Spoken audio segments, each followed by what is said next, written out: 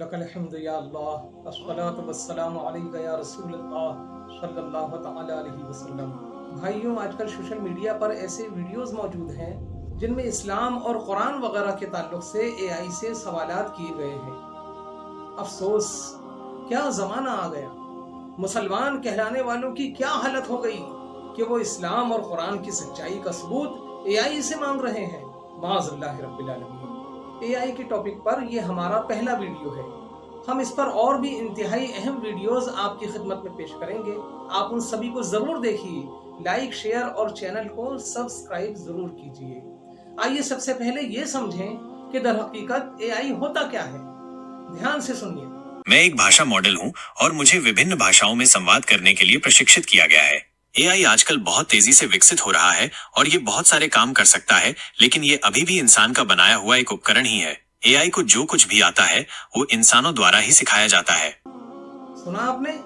देखिए, गोया एआई खुद इकरार कर रहा है कि मेरा रूहानियत से कोई ताल्लुक नहीं है, मैं सिर्फ इंसानों के जरिए बनाई गई एक मशीन हूँ। मुझे जो कुछ भी आता है वो इंसानों के जरिए सिखाया हुआ है, इंसानों के जरिए डाला हुआ है। इंसान जो डालेगा मैं वही बोलूंगा। इंसान मुझे जिस तरह बनाएगा, जिस तरह ढालेगा, मैं वो करूंगा। भला सच्चे खुदा, सच्चे रसूल की बातों का इंसान के जरिए बताई हुई बातों से क्या मेल हो सकता है? भाइयों, इसमें सही गलत सब कुछ हो सकता है, बल्कि यकीनन होता है जो हम साबित करेंगे। अपने और गैर सब अच्छी तरह ये बात जहन में बिठा लें कि एआई इस्लामी मामलात में इंतहाई गैर मोतबर है, बिलखुसूस इस सूरत में कि ये यहूदियों और नसरानियों की बनाई हुई एक मशीन है। तारीख गवाह है कि इस्लाम और मुसलमानों को नुकसान पहुंचाने के लिए दुश्मनाने इस्लाम ने कभी कोई कसर नहीं छोड़ी।